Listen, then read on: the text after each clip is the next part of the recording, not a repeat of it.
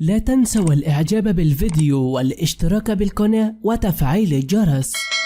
السلام عليكم ورحمة الله وبركاته. حفل زفاف ابنة شقيقة غادة عبد الرازق، وتنشر فيديو يجمعها بحفيدتها ثم تظهر بإطلالة تجعلها أكثر شبابا.